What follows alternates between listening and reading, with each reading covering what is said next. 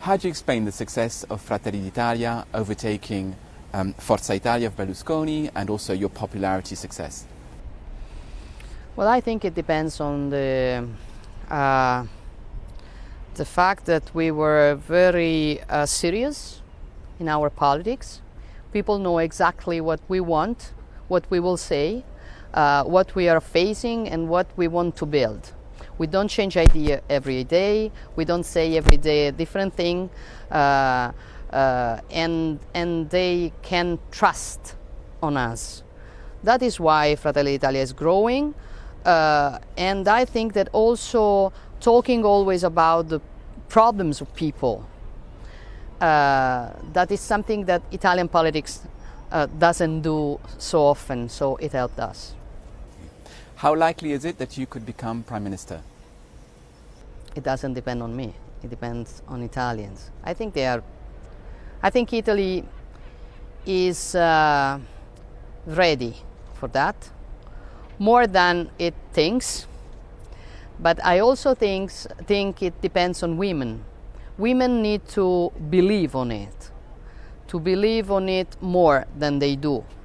For it is like they don't think they can really reach important goals.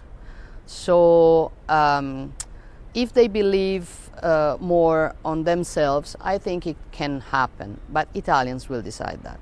Imagine you're in government tomorrow. The economy is doing very badly in Italy. What is your priority? What would you do? Well, I think that what Donald Trump is doing in USA could work even here.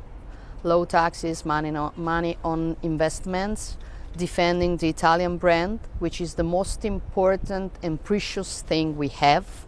That could create a different future for our economy. What can you say to reassure investors about Euroscepticism? Do you want to leave the euro? Do you think the euro could collapse?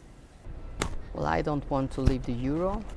I only think that we have to face the problems that euro has. With euros, there is some nations who have won, and some nations who have lost. So we need to help the nation who lost. And we can do that with systems to compensate the problems of the nations who lost. What did Brexit teach you? Brexit teaches us that Europe is not working very well, and that if it doesn't respect the sovereignty of nations, nations will run away.